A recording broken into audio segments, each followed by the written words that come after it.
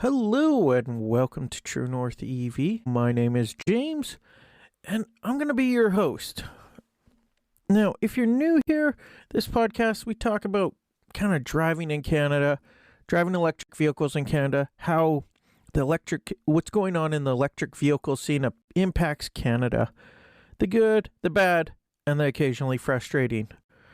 On today's episode is a bit of a maintenance therapy session for me.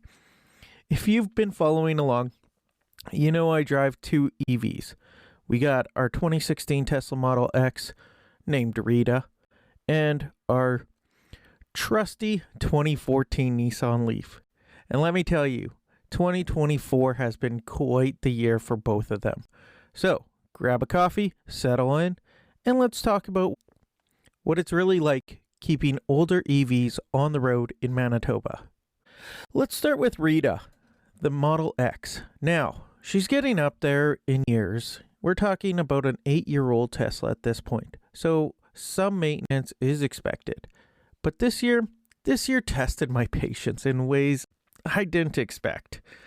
Now, we'll start with the easy stuff. Earlier this year, we had to replace 2 tires under warranty. We actually had a third tire that they were able to patch, but one had picked up a nail really close to the side. Pretty standard stuff. So it happens. But the other one somehow got a slice in the sidewall. Now, it didn't look like vandalism because it was right around that same time that a lot of people were mad at any Tesla. Just one of those mysterious vehicle things that happened. My wife has no clue where or when it happened, but we made it safely home. We made it safely to the place to get it fixed. And the good news, both of those were covered under warranty. So that's a win. We still have tire warranty. That's the one thing I would say. If you buy a new EV, get tire warranty.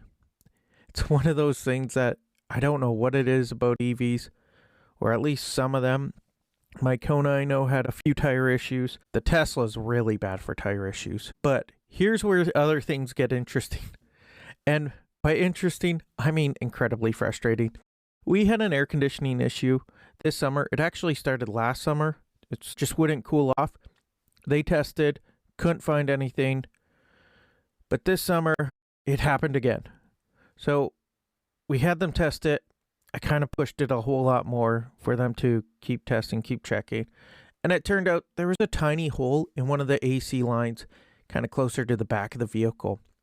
Now, here's the thing that non-Tesla owners and non-EV owners might not realize. When your AC goes down in a Model X, you're not just dealing with being hot and uncomfortable. Though, trust me, the Model X is basically a greenhouse on wheels in the summer. It's not unusual to see 50, 60 degrees in there while you're at work. The bigger problem is that you can't supercharge. Why? Because the air conditioning system for the cabin is also the cooling system for the battery pack. No AC means no battery cooling, and no battery cooling means no fast charging. It will let you plug into the supercharger, but you're not going to get those fast speeds that everybody wants. So this issue hit us right in the middle of summer, on some of the hottest days we had. And to make matters worse, they had to empty the entire AC system to diagnose and fix the problem. That meant weeks of driving around in a glass greenhouse with no air conditioning in the middle of Manitoba. As some of you know, Manitoba is a weird one. We get really cold in the winter and we get really hot in the summer. Well, I know some of you might actually be listening from Arizona and all that. You guys understand hot. We go from -20 up to like 30. And that's hot.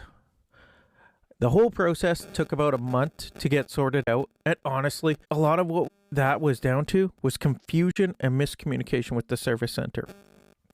It was frustrating to say the least. But eventually, we got it fixed. And I have to say, that first blast of cold air after a month without it was just glorious. It did involve multiple stops at the service center and kind of not harassing, but constantly keeping up with it, with phone calls, with visits, making sure that stuff is moving forward. It was kind of whatever could possibly go wrong kind of went wrong. But to kind of keep up with that, the front control arms, these needed to be replaced. Not unusual for a vehicle of this age and with Manitoba roads. Here's where things got complicated though. In the process of replacing one control arm, the other one, after they replaced it, test drove it, the other side needed also to be replaced. And in replacing the other side, other parts got damaged. This turned into a 3-week saga where we had a gas loaner vehicle while waiting for all the replacement parts to come in.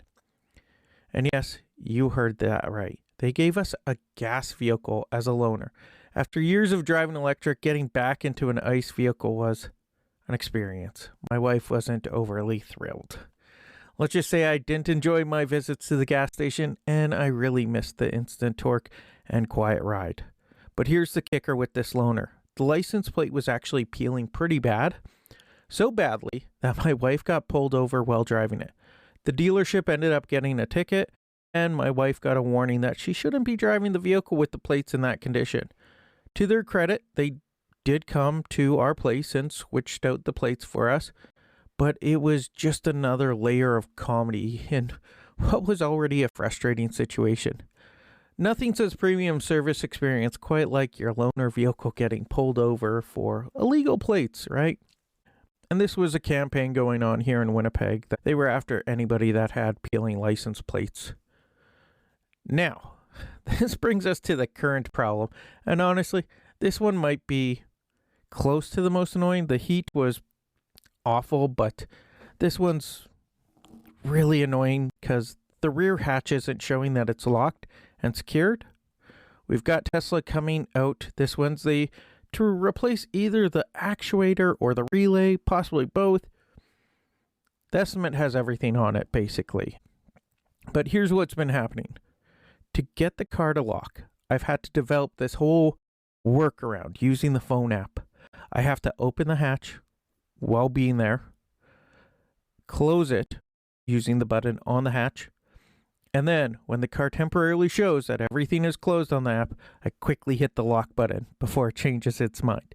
It's like playing a game of beat the clock with my own vehicle. But wait, it gets better. Sometimes, for reasons known only to the Tesla gods, the hatch will show as opening, even though it's definitely not. And when that happens, the alarm goes off. Now, getting woken up by your car alarm is annoying enough, but picture this. It's 2:30 in the morning. The alarm is going off in the driveway. My bedroom is on the opposite side of the house, so I can't hear it, but my neighbors can. For an hour, they're calling and texting me, trying to wake me up. They even called, they have people that live kind of on the second floor. It's a kind of duplex type deal. Called them because they thought it was their vehicle alarm going off. I'm not sure if they woke them up or they were already awake. But finally, the neighbors came over, rang the doorbell. So there I am, stumbling out of my pajamas at 3:30 in the morning to deal with a false alarm on a hatch that isn't actually open. I at least have really awesome neighbors who completely accepted my apology and great gratitude, and I had to change phone settings so that I get those notifications because I have everything turned off and going into quiet mode when I'm sleeping. And now I can't. So I was, needless to say, awake at 3:30 in the morning, and I don't go back to sleep. So there I am, waiting for the next alarm. That did happen about 3 hours later. So it's just a mystery of when it's going to happen, why it's going to happen, all that fun. Not exactly the silent EV experience I like to brag about to people. When I booked the service appointment for the hatch issue, the service advisor or the little service people that you message on the app also mentioned that I should probably replace the 12-volt battery. It's been a while since the last replacement. They show about 3.5 years. And here's the thing. The 12-volt battery is not something you want failing on you in a Canadian winter. Even though the big battery pack is what powers the car, the 12-volt battery controls all the vehicle's computers and systems. If that dies, you're not going anywhere, regardless of how charged your main battery is. And I've looked at the videos on how to replace that battery, and it's not something I want to attempt. Nissan Leaf, 100%. The Tesla, not touching that. So we'll be getting that done while they're fixing the hatch. It's one of those ounce of prevention situations. Now, here's something actually positive to talk about. Over the years, we've owned the Model X the last couple of years. We've had, actually, even just this year, we've had about 2 or 3 navigation map updates, over-the-air updates. And honestly, that was it, just navigation updates. But yesterday, that changed in an interesting way. We got an estimated battery range update. The notification said, your estimated battery range now incorporates additional characteristics related to battery aging. So after years, Tesla is actually refining how the car calculates range based on the actual aging characteristics of our specific battery. That's pretty cool. It means the range estimates should be more accurate rather than just giving us the same calculations they'd give to a brand new Model X. And it was cool because we were out at my in-laws they're about 75 kilometers away. So driving back from their place, I can normally see we're probably usually about 4% difference from what they initially say versus what we get. Where this time it was 1% difference, which is pretty darn awesome. And the majority of the time, it was only kind of at the end that we got that 1% off type deal. So it seems to be pretty good at estimating. So we got this latest update yesterday, and here's where it gets a bit comical. I downloaded it by hotspotting my phone on the way to my in-laws. You see, my Wi-Fi doesn't quite reach the Tesla when it's parked in the driveway. I have a house that's over 100 years old. Heck, my Wi-Fi, I actually have to have should have about 3 routers in my house, and I don't have a big house. It's 1,400 square feet. It's a fairly tiny house, but it's called lath and plaster. That's how they used to put the walls together back in the day. So it has this metal mesh that is in the walls that pretty much stops any Wi-Fi signals from getting through. So my Wi-Fi does not reach out to my vehicle. So we used to just update at the in-laws' place, but they moved where their office is. It used to be right where we park, and now the signal doesn't quite reach the driveway there either. So now I'm that person that sits in the driveway, hotspotting my phone, downloading software updates for my car. Although it does still download as I'm driving, so it's also on these longer drives out to the in-laws. I just hotspot then. We're actually still working on downloading another navigation update the same way. It's been about a month-long process. It's not the most elegant solution, but hey, it works. I have unlimited data. I'm fine with this.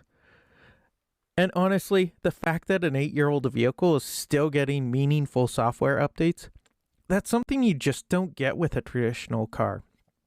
Now, after all of that, and I know it sounds like a lot, here's the positive side. Most of this has been covered under warranty. The tires, the AC repair, the control arms, all warranty work. That's one of the benefits of buying those extended warranties when you purchase a vehicle, new or used. Yeah, it is a bit of a gamble. Sometimes you'll have no issues and it will be, why did I spend, $2,000-$3,000? Other times you've made up the money spent plus some. But it's also a reminder that owning an older EV, like owning any older vehicle, comes with its share of maintenance adventures. Okay, let's shift gears and talk about the 2014 Nissan Leaf. After hearing about Rita's year, you'll be relieved to know the Leaf had a much calmer time of it. In the spring, when we went for our tire swap and spring checkup, and yes, for those not in Manitoba, tire swaps twice a year are just part of life here. They found a few things. First, a license plate light bulb was burnt out. Not exactly catastrophic. Second, both front stabilizer links needed replacing. And third, both rear shocks needed to be replaced. We also had a tire pressure monitor sensor that needed swapping out. All told, that came to about $1,000 in repairs. Now, here's the nice thing about where I get the Leaf service. Those suspension parts come with lifetime warranties. In Winnipeg, with our roads that range from lunar surfaces to actual pothole conventions, having lifetime warranties on suspension components is a beautiful thing. This fall, we did another tire swap, but this time I purchased a separate set of rims, so I had them mount the winter tires on those rims and install new tire pressure monitor sensors in them. This means next spring, the swap will be even quicker and a lot cheaper. Just a rim swap rather than dismounting and remounting tires. We did that also with the Tesla at the same place.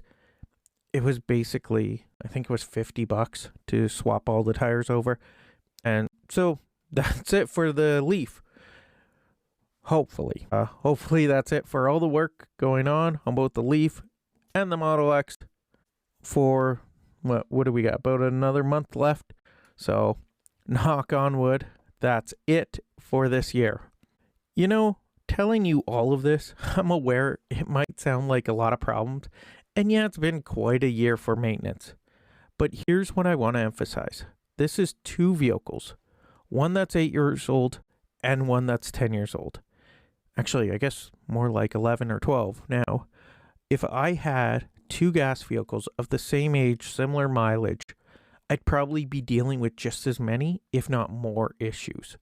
The difference is there's no oil changes, no transmission fluid, no exhaust system repairs, no spark plugs, no timing belts, the brake pads that just keep on giving.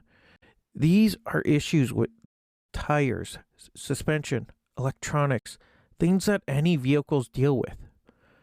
Would I do it all over again? Absolutely. Even with the 2:30 a.m. hatch alarm incident. Might put a garage or something in, but hey, even with the month without air conditioning, because on a daily basis, these vehicles are still cheaper to run, more fun to drive, and better for the environment than their gas counterparts. But I'd be lying if I said it was all sunshine and roses. This is the reality of EV ownership, especially with older vehicles. And I think it's important to talk about this stuff honestly. Before we wrap up today, though, I want to let you know about something fun happening in the Winnipeg area. The Manitoba Electrical Museum is putting on a seasonal event from November 22nd to January 10th called What a Season, a history of holiday lighting. If you're in Winnipeg, definitely check it out. And here's a fun challenge for you. See if you can find the Christmas tree that was decorated by the Manitoba Electrical Vehicle Association. Take a picture and, tag Manitoba EV or send me an email. I'd love to see who spots it. All right, everyone. That's the update on our little EV fleet. Rita's keeping me on my toes. The Leaf is being its reliable self. And we're ready to face another Manitoba winter with both of them. Before I let you go, I want to give a big shout out to Bodie's podcast, Kilowatt. Seriously, if you guys want somebody way smarter, way more knowledgeable, go check him out. He does all the little quarterly reports for quite a few manufacturers. Awesome to hear. He just put out one about the Ford's quarterly reports. So lots of time, lots of effort, lots of brain power goes into that, and definitely something I can't handle. So it's awesome to hear somebody that does it for us. And hey, if you want to connect with the EV community here in Manitoba, check out the Manitoba Electric Vehicle Association at Manitobaev.ca. You can find True North EV on Facebook at True North EV, or email us at truenorthevpodcast@gmail.com. Before you go, if you enjoyed this episode, please subscribe wherever you get your podcasts and leave us a review. It really helps other EV enthusiasts to find our show. And if you have a topic you'd like us to cover, send us your suggestions. This show is for all of us. Thanks for listening to True North EV. I'm James, and I'll talk to you next time.